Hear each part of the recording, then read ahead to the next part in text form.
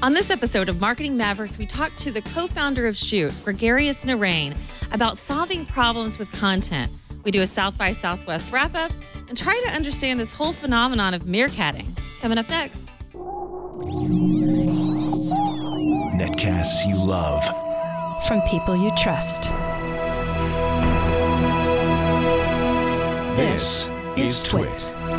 Bandwidth for Marketing Mavericks is provided by CashFly at CACHEFLY.com.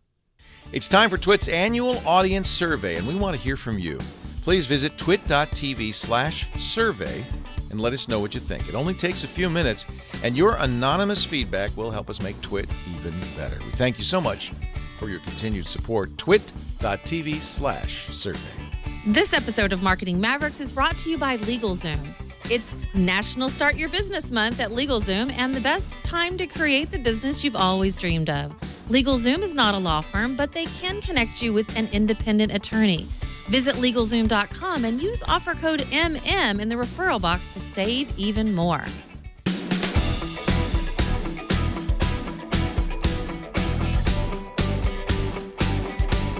This is Marketing Mavericks, episode 47, recorded Thursday, March 19th, 2015. Chute co-founder, Gregarious Narain. Welcome to Marketing Mavericks, where we talk about everything at the intersection of marketing and technology.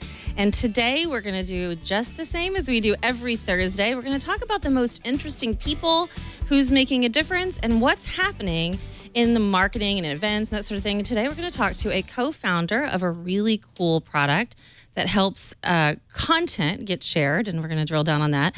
And we're also going to talk about South by Southwest. Before we do, I want to welcome also our technical director, Anthony. Hey there, how's it going? Hey, Anthony, what's up? Not Hey, much. he's got his red on, too. Yep. He's so Always supportive. representing. Always representing. What's your rapper name? We talked about that before the show, rapper names. No. You have to have one. No. Come on. You could be the A-team. No? Sure, we'll go with that. All right. And you've got a sidekick in training for our next technical director. Yep, his name's Darwin. Dun, dun, dun. Darwin. Well, Darwin's going to be really interested in the content of the show today. I know he's learning the ropes, but we're going to talk a little bit about pets and their representation at South by. And without further ado, I want to get to our guest, Gregarious Narain. He is the co-founder of Chute and many other things. How welcome to the show. It's our first time, Gregarious. It is. Thank you very much for having me. And thanks. I apologize. I still have South by voice, so I'm like, that's a thing. It's a thing. South by It voice. is a thing. Yeah. Did you party really hard at South by? Hard is not really enough of a word to describe it. Once you hit a certain point in your age, you're not really allowed to stay up all night, and I did that anyway. I can't. I try. The only time I stay up all night isn't because it's fun. It's like because I'm stressed or worried or something. I've got it all wrong. I'm doing it wrong. Yeah. You get to retire early. I know, right? So I do want to talk about South by. I want to talk about what all happened and all the big news, if there was any, and how it's changed. You and I spent a great deal of time talking about that. And every year we do cover South by, and the event itself has changed. But before we do that, I want to talk about your background and why you're here and why our audience is going to be so interested in hearing from you. So first off, what is Chute? Great. So Chute is a visual marketing automation platform. What we basically do is help brands and publishers leverage visual content for marketing, editorial, insights, advertising. Visuals are the heart of marketing increasingly, and we sort of are the energy source for all of that.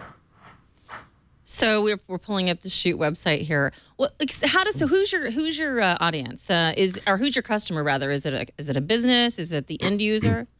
So I think we are a B2B business, but I think so we work with large brands, as you can see right there on the site, as well as publishers. Taco Bell, Red Bull, yep. But because we're delivering an experience that is consumer facing, we're certainly always aware and keeping track of that side as well. Now, before you launched Chute, and I want to talk about what really Chute does and just this idea of connecting content and that sort of thing, but you've had a pretty long history of working for different types of internet businesses, including one of which is Clout, which is, I want to talk a little about that too. Something you shared with me before the show is that you actually went to school to be a doctor. But now you're fine. You're in the marketing business and technology. Like, what happened?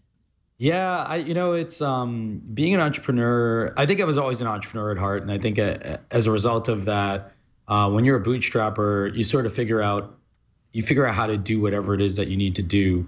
And so I've been everything. I was a designer for many years before becoming a developer. Then now I mostly do like sort of product UX and ultimately now today marketing. But all those were sort of skills I had to acquire because, I couldn't necessarily pay someone to do some of those things in the earlier days. And also I just wanted to know how they worked. So a little bit of a jack of all trades in that regard. So is your mom disappointed that you're not a doctor today? Come on. I'm pretty, she doesn't know what I do. And of course, my brother, being the jerk, had to go and become the lawyer, so I just looked worse. Thanks, bro. Yeah. So I think they were probably pretty disappointed. Classic Indian parents, not the happiest. Their son didn't do it. You can talk to me about it. It's all right. Well, I just wondered because that seems like a big leap. It's something that you shared with me before the show, and I think this is where we really had a lot of synergy too, was just this idea of understanding people seemed to be something which is a philosophy and a mindset that you put into your current business. One of the things that you've done along the way before founding Chute was you worked for Clout, which is, I think, one of the first, certainly kind of pioneering the space of really understanding the importance of people and the information they share. So for those, I couldn't possibly imagine anybody who doesn't know what Clout is, but for somebody, maybe my mom or dad, who probably has never heard of Clout, what is Clout? Sure. So the simplest analogy is probably like if you imagine like your FICO score, which is sort of like a way of grading all of your financial activity in such a manner that like a third party could then decide or understand a little bit about you without doing like a too extensive of a thing. Clout was an analog to that. So we were analyzing all of your engagement and activity online, like through social, so Instagram, Twitter, LinkedIn, et cetera. And ultimately sort of trying to come up with a score to help, say, a brand or an advertiser or other people understand what is this person's like sphere of influence, what kind of action can they help create in the world, and what are the topics and themes that they sort of are most interested in. And when Clout started, then there was another brand that was similar with Cred, was the other influencer. And I remember it kind of got on my radar literally because of South by Southwest. I was actually live tweeting South by from Colorado Springs, Colorado. Shout out. And suddenly I was the Cred team made contact with me. They're like, hey, you're the #1 on all of our leaderboards.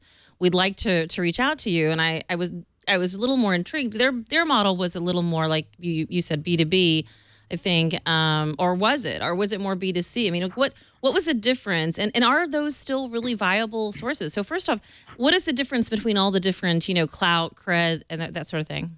Yeah, I think, the simple difference is really sort of like, what's the difference between Coke and Pepsi, right?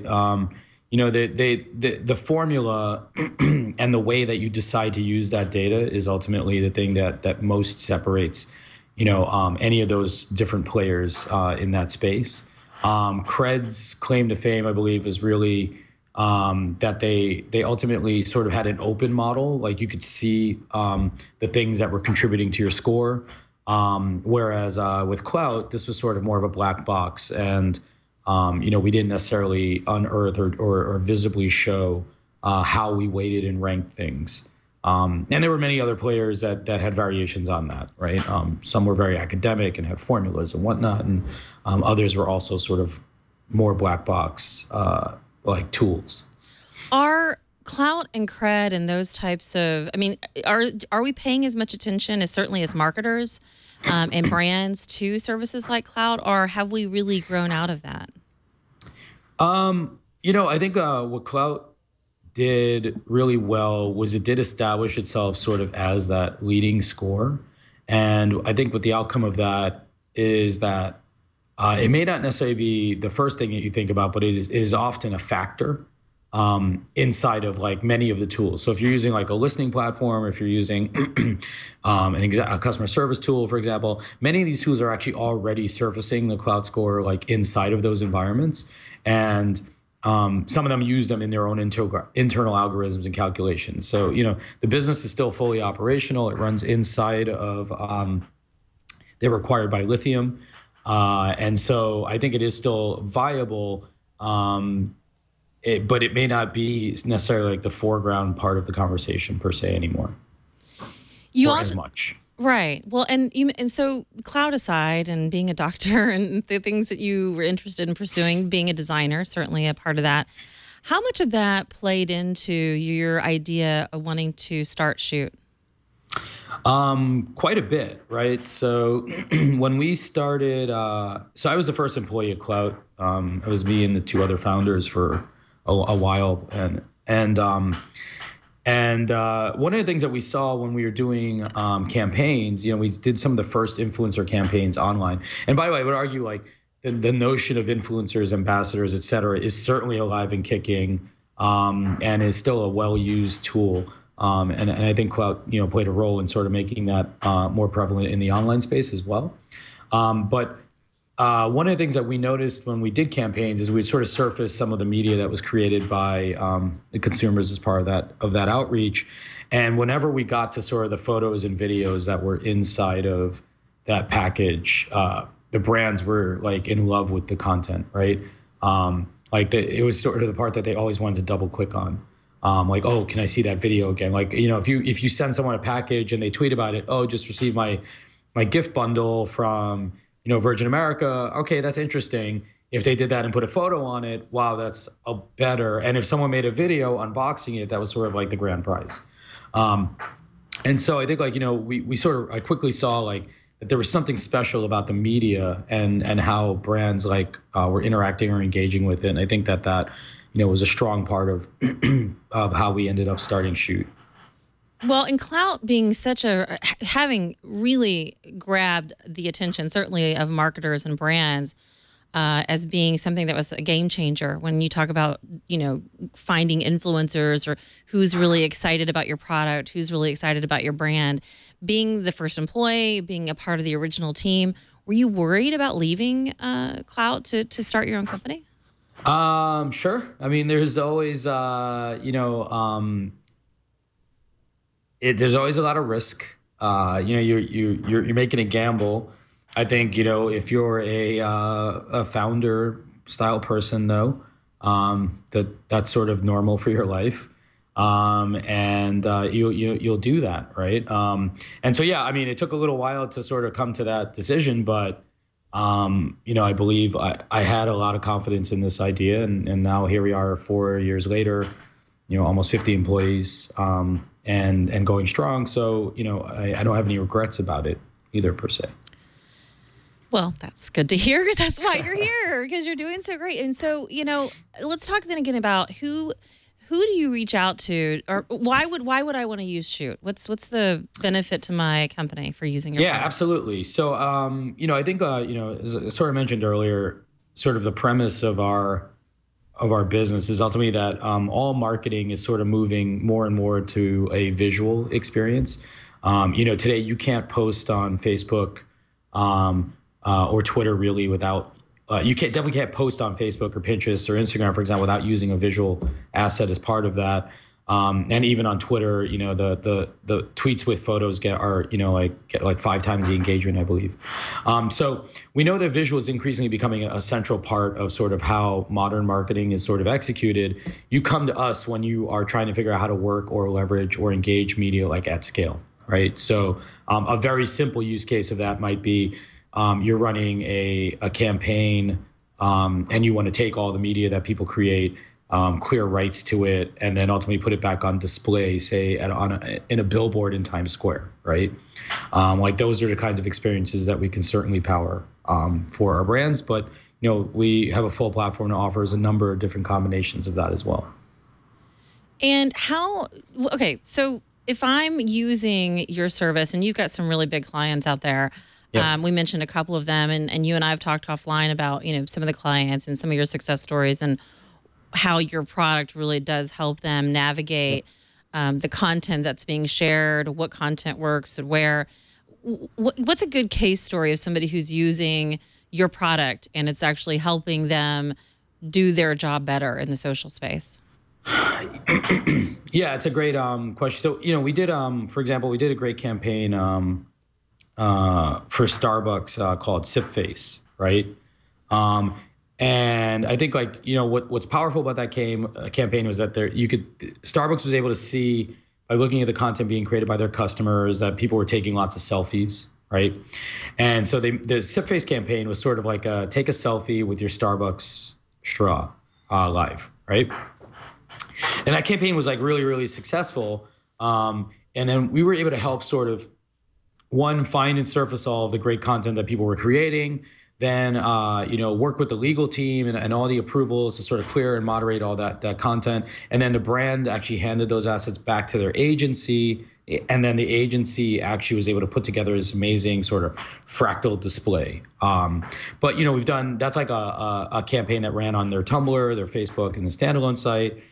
We've done other campaigns where we're powering like full ad units that are dynamically updating with real content from consumers. And so whenever a customer is planning like an execution that's going to have like real scale, or they're sort of also worried or concerned about sort of how do I engage the consumer in the process? How do I make sure I have permission to use their content? How do I do everything above board?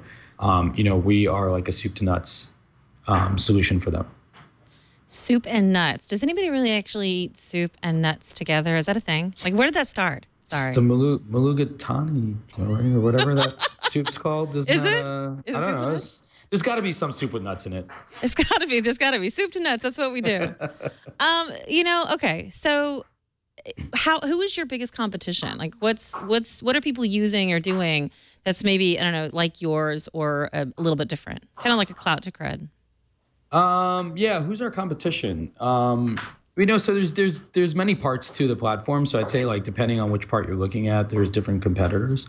We certainly like a Mass Relevance, who originally was like in the Twitter space is also in that visualization space. Now Spreadfast.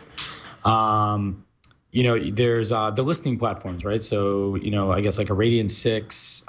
They've been around for a really long time, and they've been around for a really long time. We have like an insights product that sort of helps brands find and surface amazing ideas and insights from the visual content created online. I think we're in that space to some degree as well. And then there's, sort of the analytics, the deployment side as well. So, I think those are our two primary spheres of influence, though. Like it's either the capture, the curation, or the display of content. So any of those are within that wheelhouse. You spoke at South by Southwest about something you're pretty passionate about. What was that? Yes. So I was on a panel with John Ross and David Min, Pepsi and Disney, about how brands and startups can work together, and how to win business, from large brands, basically. So I was sort of there to represent the startup side of the conversation, and then we had a couple of brand folks as well. Brand folks as well. Yeah. A lot was happening at South by. Before we drill down on that, what are you most passionate about in what you're doing right now? I mean, what makes you excited about founding this business? Yeah, I think what I'm really, really passionate about is I've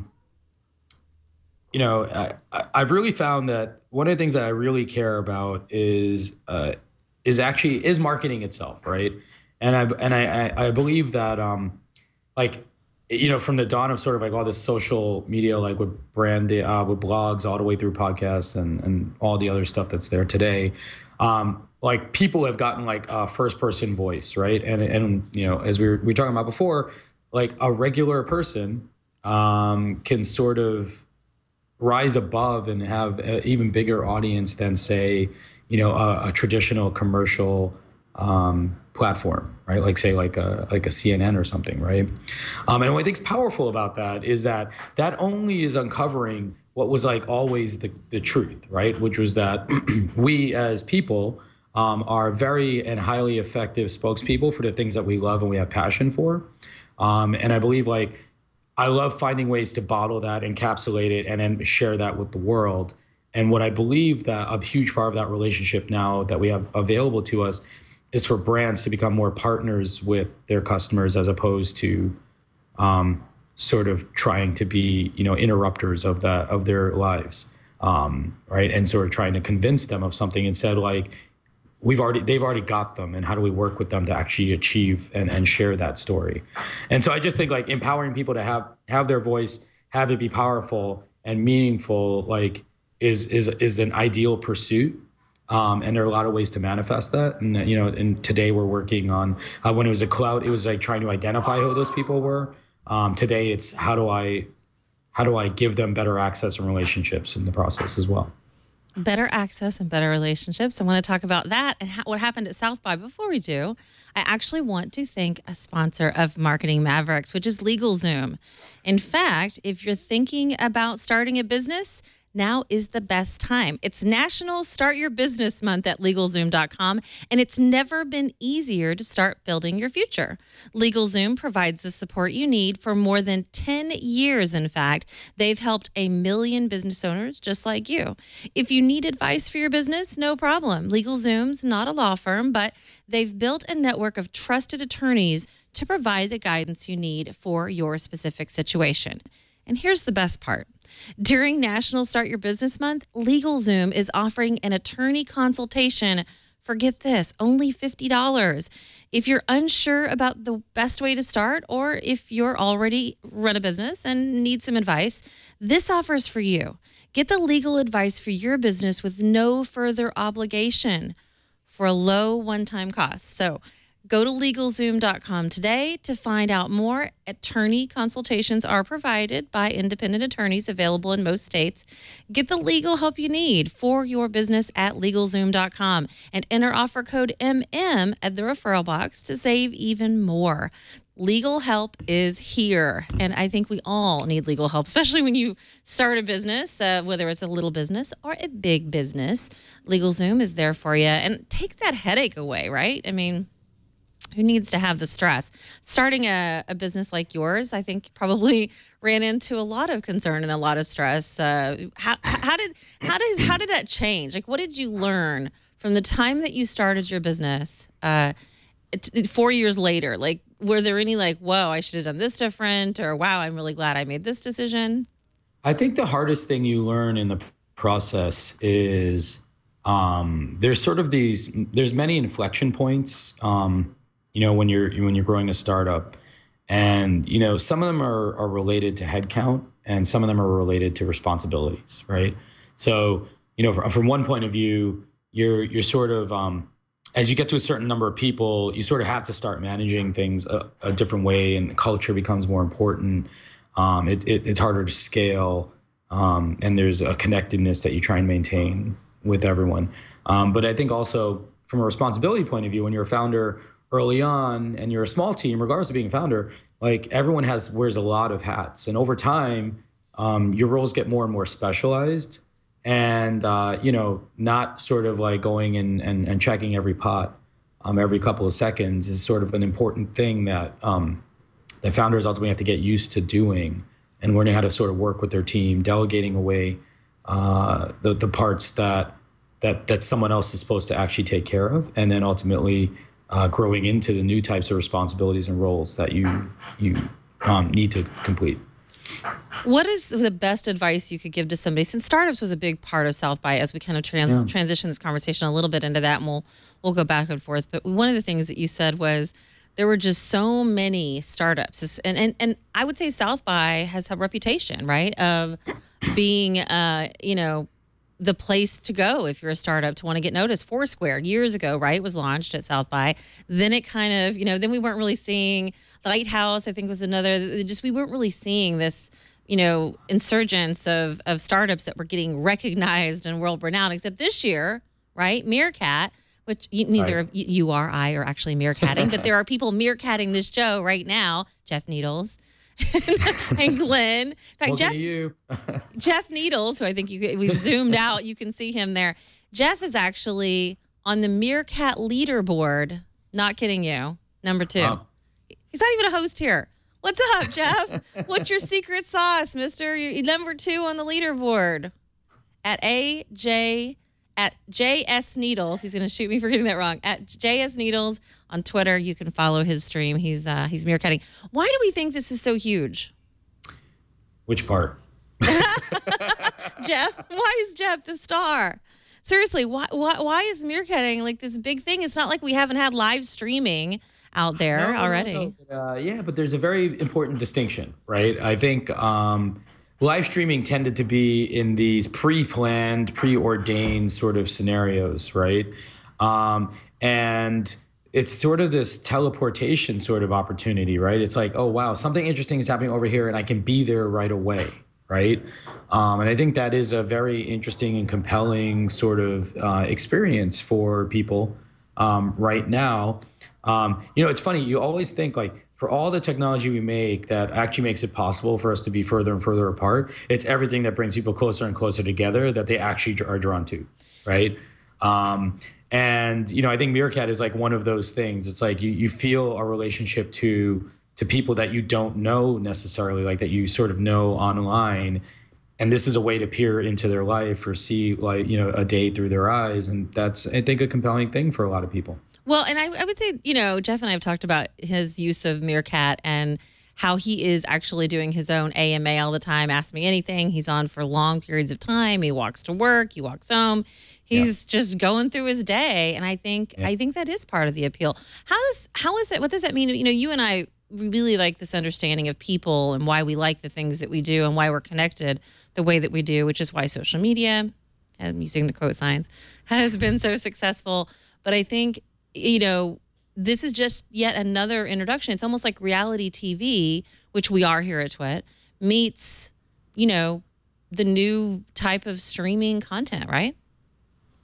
Yeah, I think it's sort of ad hoc reality TV, right? I mean, at some point, someone will probably aggregate together all these things and try and give you multi-headed points of view on places or try and serialize that content in some way. So yeah, I do think, like I said, much like in the past, you probably had to experience this as a video clip. And now you're like sort of getting also that interactive component where you are kind of like able to direct it a bit, right? You might, hey, what's over there? And like actually have someone go look to the left or the right. And so I think there's just, it just has that special combination all at the same time and all at the right time. I think that is sort of giving it a ton of interest and activity. Be a predictor. Is Gregarious I should call you. I told you I was going to nickname you on the show. I'm still going to do that. So is Meerkat a fad? Is it like a thing that we're doing right now, or should this really open up our eyes to what potentially could be taking place in the future from the standpoint of connecting again and being more into somebody else's personal space? I think it's really hard to say or guess yet if it's here to stay. So I would argue that there's two things that are in Meerkat, right? One is the medium, right, the format, and one is the tool, right? And so I believe this style of content is likely here to stay, right? This format, right, of some sort of ad hoc live streams at scale with a great deal of interactivity. Makes total sense, and you can see that just continuously happen. Twitter's got Periscope. NBC actually has an open source tool that allows you to do this as well. But we aren't talking about those like we're talking about, right? I mean, but granted, the only people that are talking about Meerkat are we're in the in our own little world talking about it. The rest of the world doesn't really care about Meerkat right now. Only us social people. I think that's what I mean, though, right? Like I think like like we were talking earlier about podcasts, right? How like actually there was a really small audience of people who did podcasts early on also.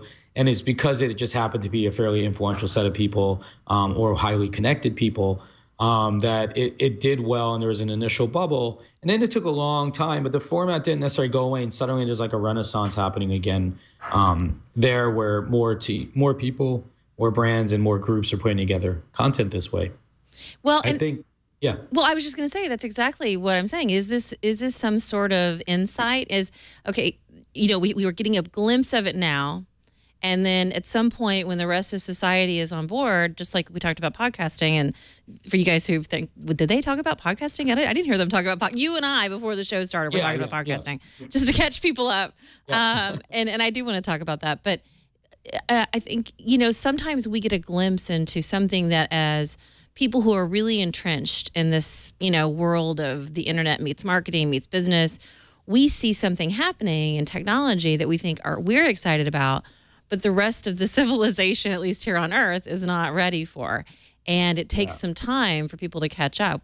We did talk about that as it relates to podcasting, because podcasting was basically a content, direct to consumer. You didn't have a cable operator. You didn't have a middleman.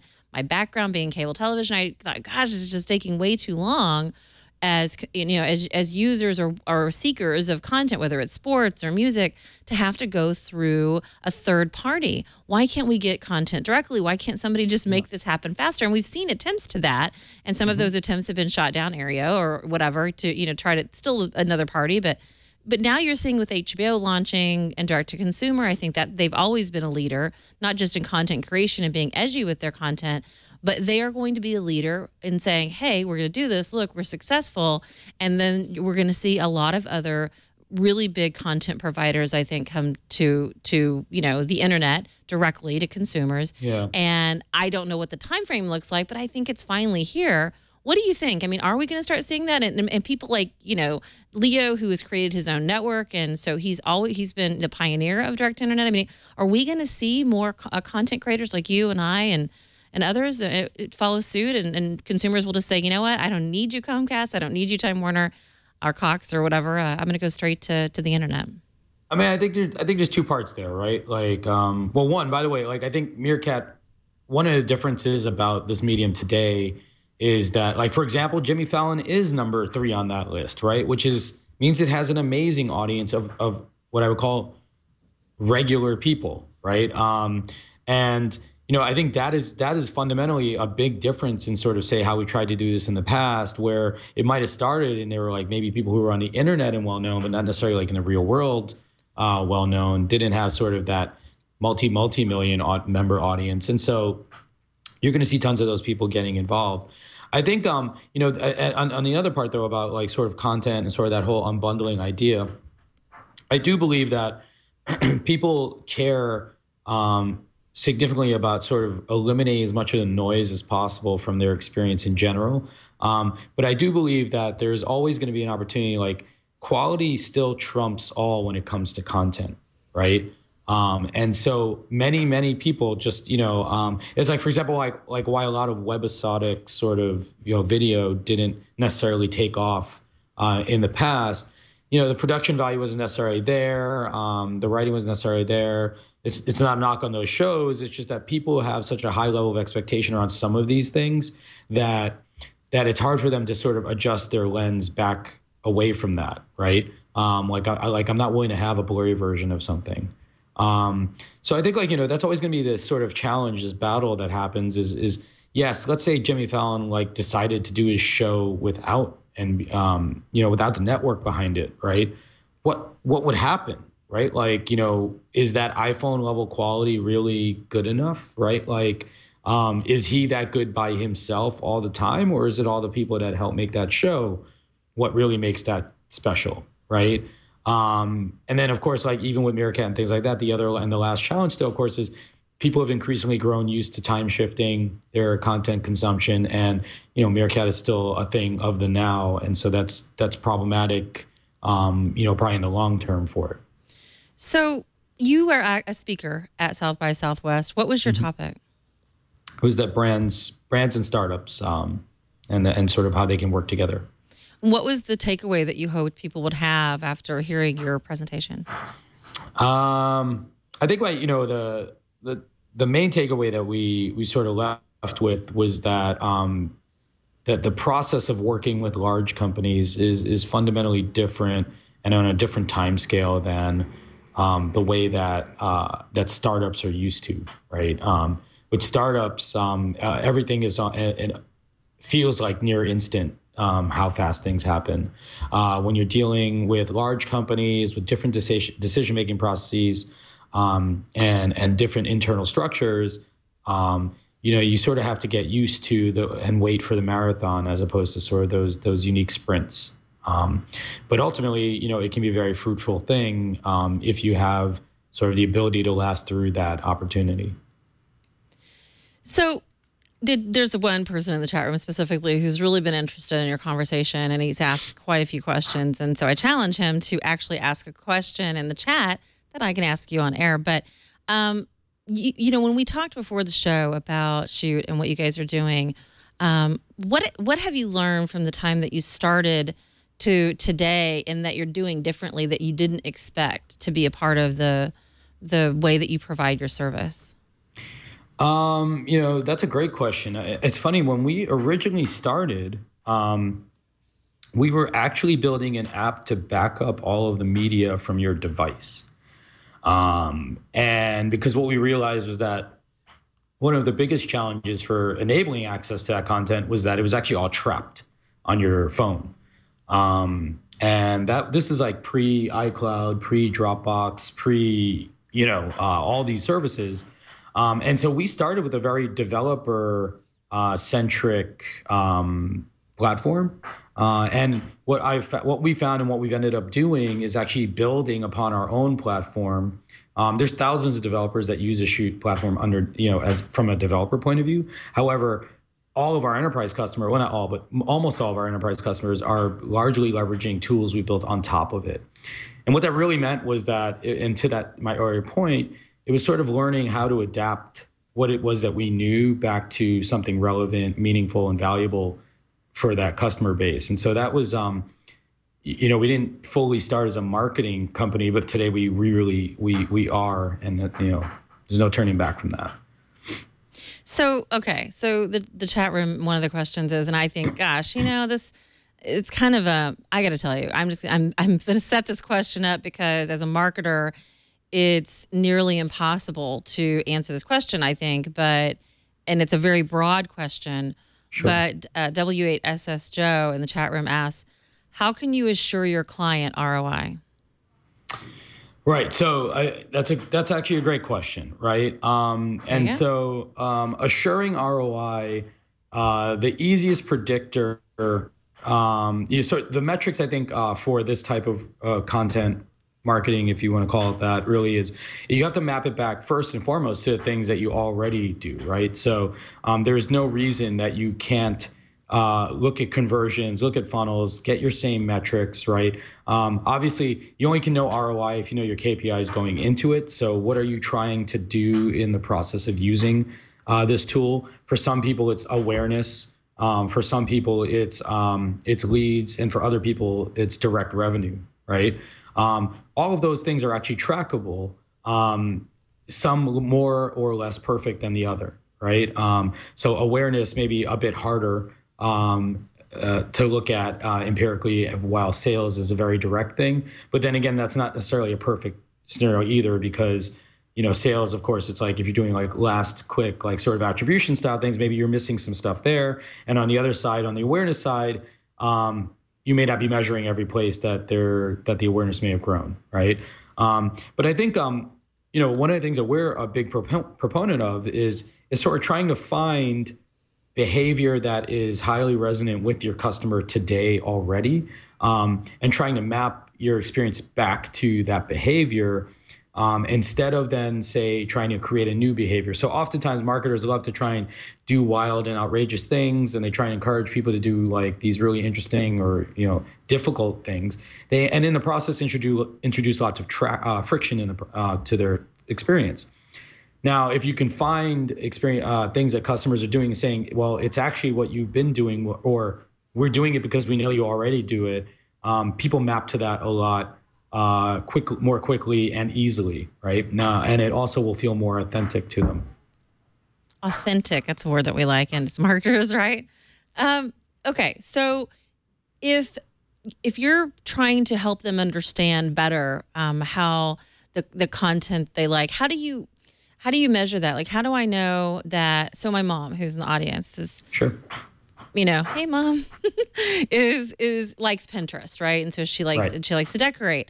But that's kind of a given. You can assume, certain things, demographics, and we've used those or, old timey ways of being able to check for customers in the past, looking at demographics and metadata and all kinds of great stuff. Now we have, social media and likes. And so how do you measure the content? Like how would you measure Meerkat? I mean, can you? I mean, no, and I don't think you can do everything yet, right? So I think there's an evolution in sort of metrics, and it tends to be based on the available sets of data that you can easily marry to other sets of data.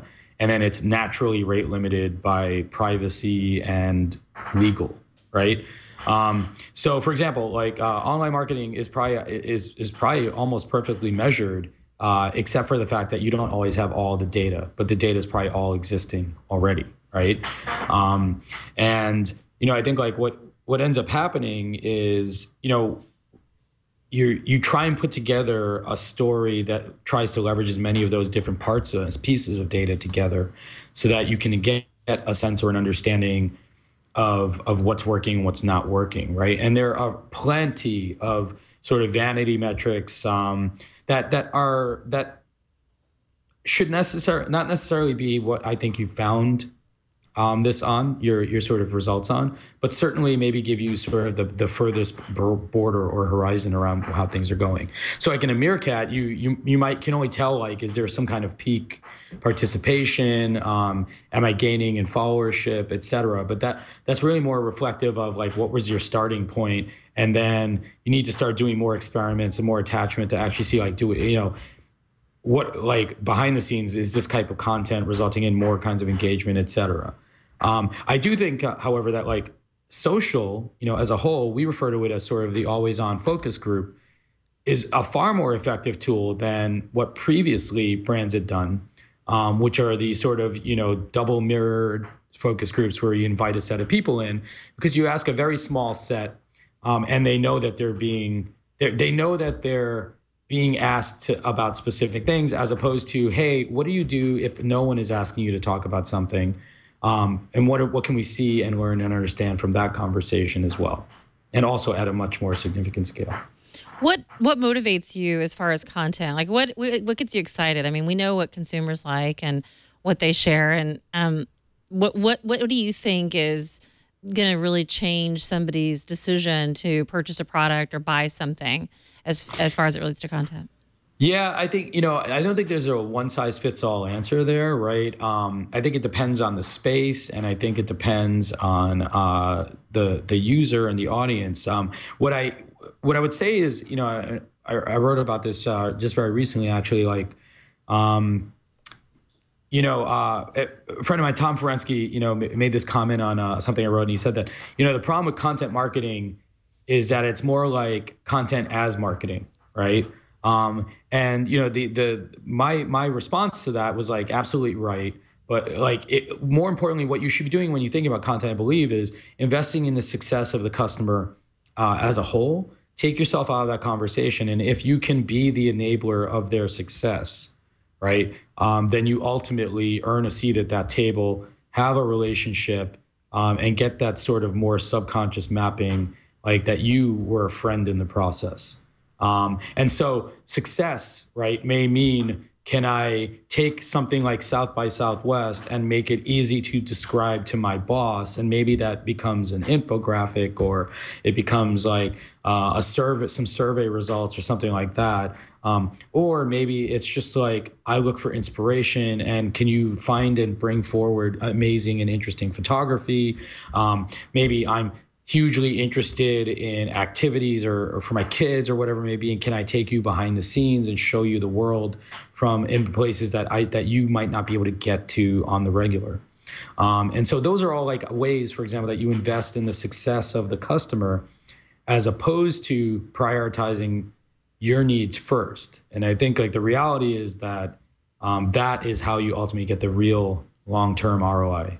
How do you approach the different ways that we use the internet, and that's going to be not just as a user, second screen, third screen, fourth or fifth screen, depending on do I have the watch, do I have the phone, mobile device? How do you approach mobile or second screens in that?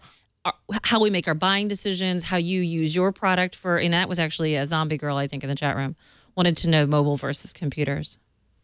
So I think I think again, it's fundamental to sort of a lot of this is obviously like, who is your audience? Where are they? And then what are they doing when they're there versus in that environment versus say at the desktop, or at daytime versus nighttime. It's very, very hard if you think about it, right? Like, I mean, this is, traditionally when we marketed, like brands were used to doing sort of large tentpole things and they had 3 channels to service. And now suddenly, the audience is not homogenous, right? Like there's thousands of variations and pockets of people, and trying to figure out how to map a message in a meaningful, relatable way is really, really difficult. So I do think like it depends on the amount of resources you have, but ultimately you start with sort of the largest chunks you can and work your way to more refined and smaller segments. As you unearth that value can be created in those segments, right? So I think like everyone's like, we've got to have a mobile strategy. We've got to have a mobile strategy. And, that was like before when everyone's like, I have to have a social strategy. I have to have a social strategy. But what it really meant was I'm just going to use or create stuff for that place. But I didn't have a strategy for like why I was there, why it was relevant, or any of the other pieces that actually really matter. And now you finally see like suddenly like social has become a lot more part of the center. And now suddenly people think about it in a different way than more as, yes, we are on Twitter. No, it's like we have a strategy for how we use Twitter and we understand who our audience at Twitter is, what the types of things that they like are, and how we can best provide for them there. It seemed like this year at South by, there was a lot of gimmicks. We saw Tinder did like this little, bait and switch with a movie that was launching.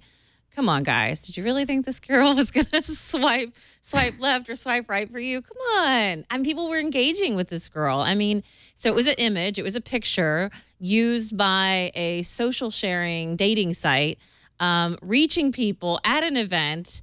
And some people kind of fell for it. And I guess so my question is, why did that work? And I guess maybe did it work? I mean, some of the feedback that I heard was that, some of the people were kind of miffed that they felt tricked, bait and switch. But certainly we're talking about it. As a marketer, I would say maybe that worked. What do you say? I would say, so it was funny. I was reading this stat, and I'm not sure where it comes from. But there was a stat that said that people will unfollow you on Twitter. 50% of people unfollow you after negative PR, right? Or after any negative mentions around customer service or anything like that, like if you're a brand, right?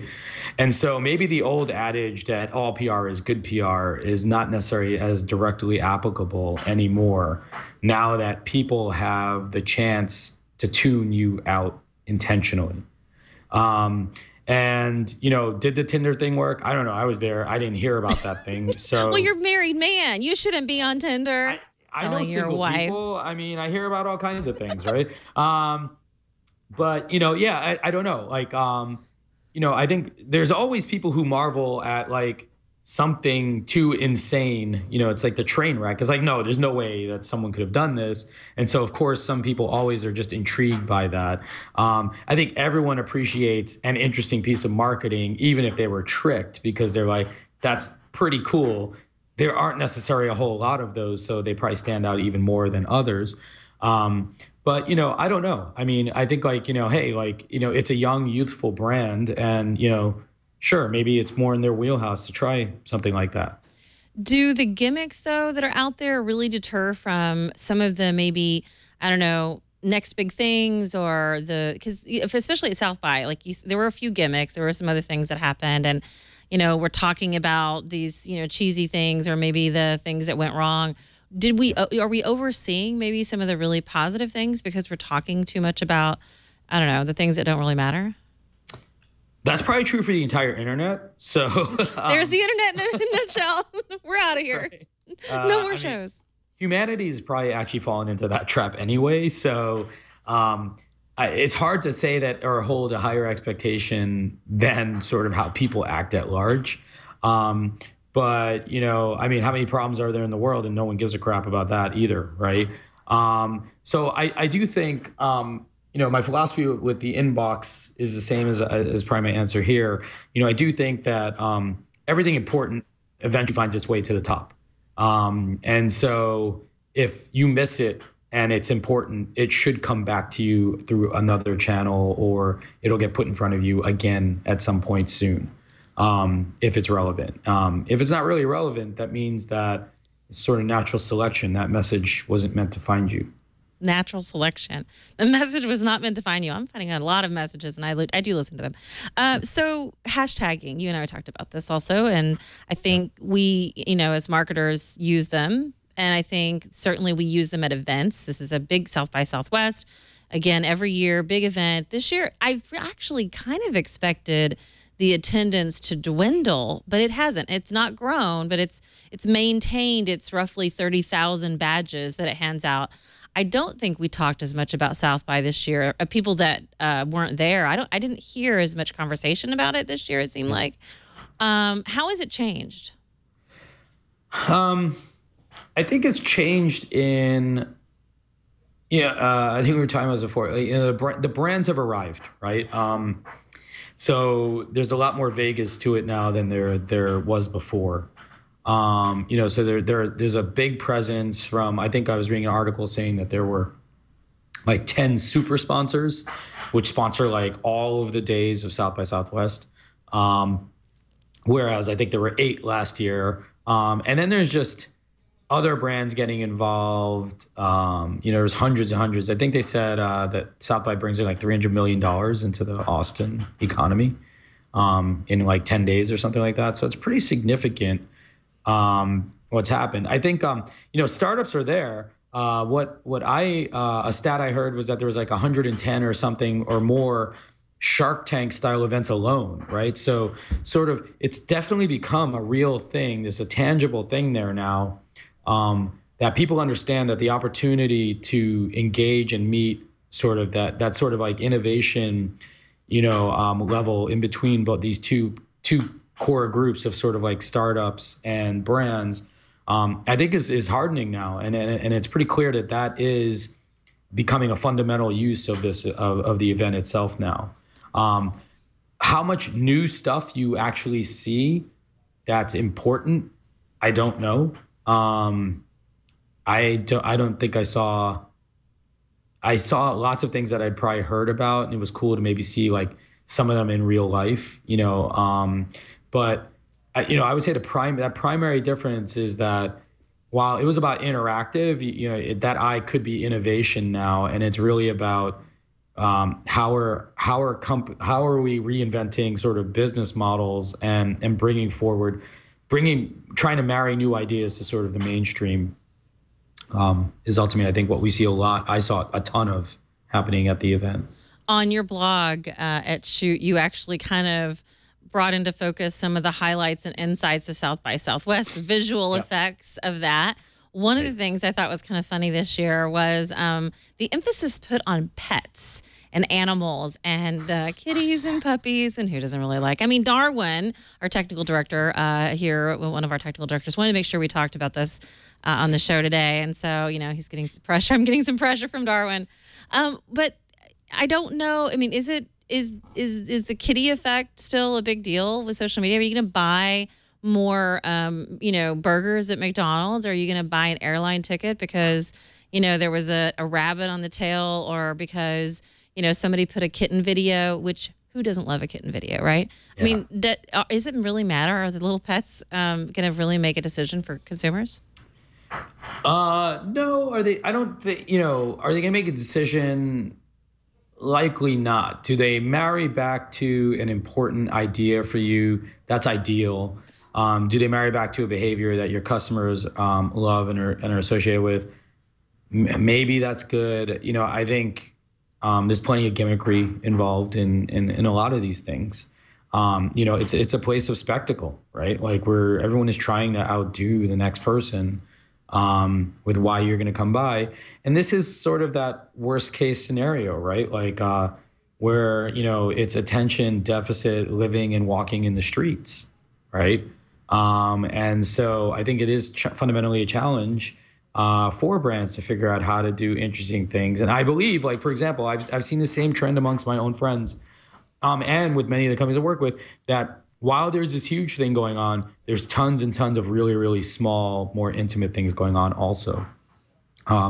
And, if you want to, you have to decide what's more important to you. 100,000 people hearing about something you did, or 100 people knowing and loving and feeling connected to you directly, and then going back and actually probably doing and transacting something with you. But that's the whole key, right? Gregarious is finding those 100 people that are going to be most passionate about your cause or your product. And that goes back to this original idea of, how are we using the web and whether it's clout and finding influencers, or using something like Chute to put the right content out there. I mean, how are we getting better at that? I mean, I think we're at a place where people can understand it and value it. The challenge that brands tend to have is that they're obsessed with scale, right? Like, so it's very, very hard to sort of like say, yes, I got 100 great conversations out of it, right? Like, unless you're a business development person, like that doesn't seem like a really big number, right? So I think, like, this is the fundamental challenge is how to have one of two ways. You prove this, right? One of my favorite expressions, I forgot where I heard it. It was like, there's two ways to build the tallest building in town, right? And one of them is to knock down all of the other buildings, right? And the other is to actually do the hard work and actually build the biggest building, right? And I believe, like, there's two solutions here for this scale obsession as well, right? One is that we can prove that a smaller, more engaged audience is just as effective, or we can find ways to make the relationship easier to manage so that they can actually have more of them. And I don't know the answer to either one. I think no one does, but those are, I believe, the fundamental challenges that we see if we try and transition to something that is more meaningful and more impactful. We've tried using hashtag as a search tool to try to find out what people are talking about. Besides just like Radiance, just actually searching for words, we've hashtagged things. At South by Southwest, you've got 30,000 badges there, so 30,000 people, right? But yet there was one campaign I thought was kind of interesting because it was a kind of a do-good campaign for animal lovers, and the campaign was, let's see, Morphe Rescue. And the Mophie, yeah. Mophie Rescue, charger. That's right. Yeah. And out of the 30,000 badges, there were only 300 people that Instagrammed the hashtag. And I mean, is it because it was unsuccessful, or to your point, did they find the right people? And did they really make a difference?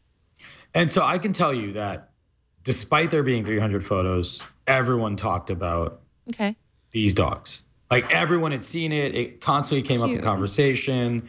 And that's the part that's missing, right? Of course, like, if you were to look at this, you might say, well, this sort of failed, right? There was only 300 people who hashtagged the photo.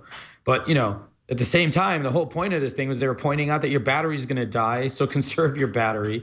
Don't use your phone as much, right? And all those other things, right? So, and then again, people were busy. People were having conversations. They're not, it was one of the few times in life where you're not like this the whole time, right? Because there's so much amazing stuff and people to engage with. So I know it was in the voice, it was in the conversation. This goes back to that question earlier about ROI. Is the ROI only measured in sort of this uptick, this participation, or is it going to be like share of voice? Like, here we are talking about it today, several days after South by ended, right? Like, what does that mean, right? Like, did that conversation actually spread even though people weren't using the hashtag officially assigned to that thing, right? So yeah, I think there's a more of a halo around this than necessarily those results tell, but of course that's not always necessarily the case. As brands and businesses, we have to think of that next generation of customer, right? We have to think of, okay, our customers are getting older. How are we going to appeal to the next generation, the generation after that? What are their buying habits? How are they purchasing? What are they purchasing? Are they driving themselves to work? Are they using Uber? Are they using their computer to make a purchase? Are they going to their brick and mortar? Are they using their phone? Are they speaking into their Apple Watch? I mean, what's happening? You've got a daughter, our son. We don't know. Almost. Oh, we know. So you decided not to be surprised. We know. Yeah. You've got I have no way to understand how people don't want to know what they're having. It's just I wouldn't want to know. I'd want it to be a surprise. I don't know. I like the fact that we have technology and I can know that kind of thing. A man that wants to know the answer, and I think that's being very prepared. So you've got a son that's going to be, going to be looking to buy products at some point in his life. He's going to be consuming products. He's going to be watching some sort of content. Maybe it's the virtual reality content, but he's going to be growing up in this world. What do you think is going to have to be done between now and probably not that long before he's going to be an audience member? Because he's going to be a young, little kid watching and encouraging mom to buy the products that he wants.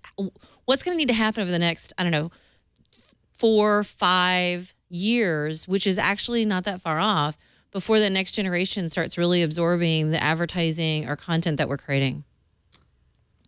Yeah, I think if there's a stress point in most brand conversations, it tends to be not about mobile versus, say, desktop. It's probably even more so about millennials versus everything else, right?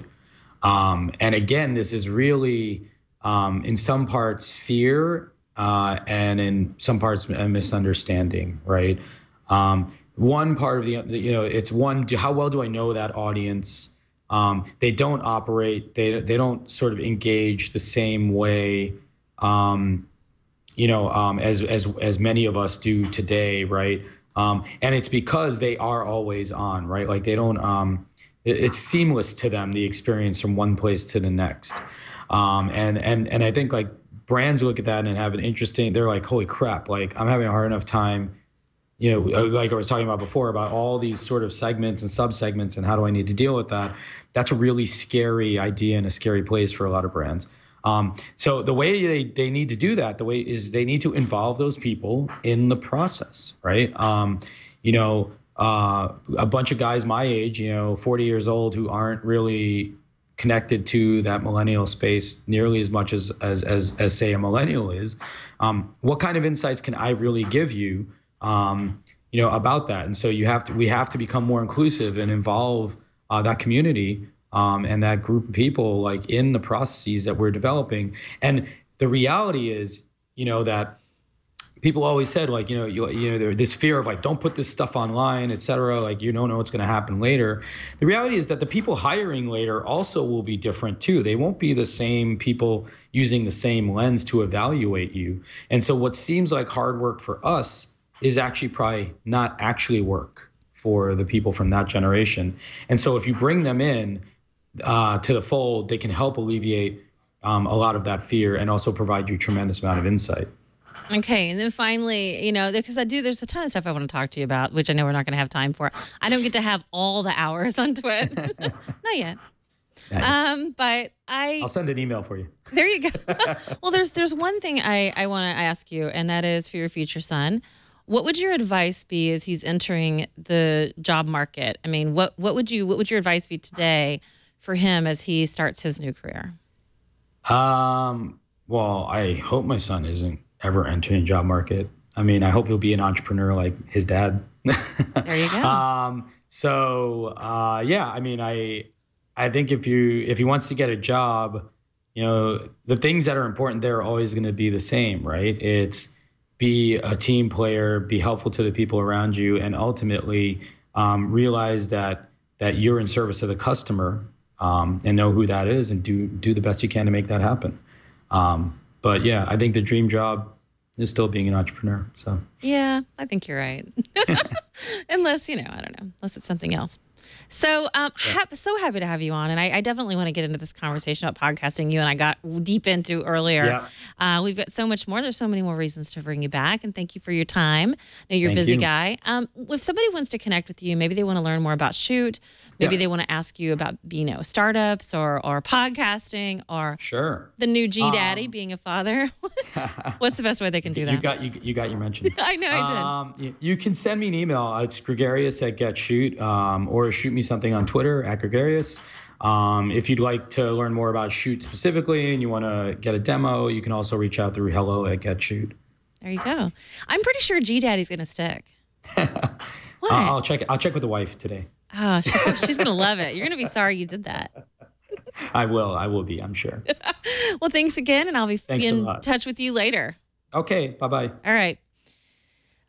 Really cool guy, knows so much, and I'm so glad he didn't become a doctor because we could really use him and his insights. And I want to thank all the questions that came in through the chat room. I really appreciate that. And the emails that we get at mavericks@twit.tv. I read them. Yes, I do. And you guys have some really great ideas for guests, so keep them coming.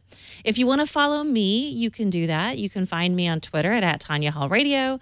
You can find me on Facebook. You can find me, well, lots of places. But I also answer email, so email me.